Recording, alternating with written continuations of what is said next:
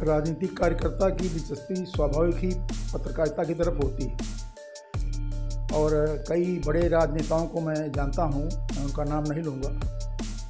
उनके साथ जब भी गपशप हुई, कई बार हुई, कुछ निकट भी हैं हमारे, लेकिन बड़े नेता हैं सब। तो हमारे लिखने पर चर्चा हो गई। मान लीजिए दुखनंदन जी आ गए उसी मीटिंग में, कहते दीक्षित जी बैठे हैं, दीक्षित जी तो बहुत लिखते पढ़ते हैं। तो उन नेताओं ने कहा कि लिखते तो यार हम भी, लेकिन हमारे पास समय नहीं। तो हमने कहा कि हमको मानते हो कि मेरे पास सब समय ठल्ले हों।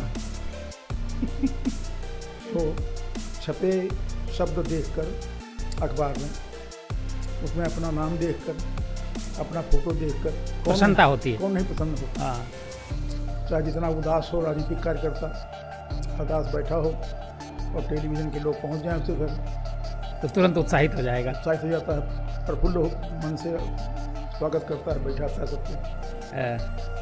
यही बात मेरे मन में भी रही होगी बचपन में। मेरे मन में भी था कि मैं इस तरह से पढ़ाई करूँ अपनी, कि पत्रकारिता के क्षेत्र में मेरा नाम हो, लेकिन नियति को जो दूसरा कुछ मंजूर था वो हुआ। और तो अखबारों के दफ्तरों में कैसे आपका रिश्ता बना अखबारों से, क्योंकि आप शुरू से लिखते रहे? जिस महाविद्यालय में मैं पढ़ता था, रास्ते में अखबारों के दफ्तर, उन्नाव में। और स्थानीय अखबारों के भी दफ्तर थे और बड़े अखबारों के भी संवाददाताओं के कार्यालय थे। रास्ते में पढ़ता था तो आना जाना रोज होता था एक ही रास्ते से।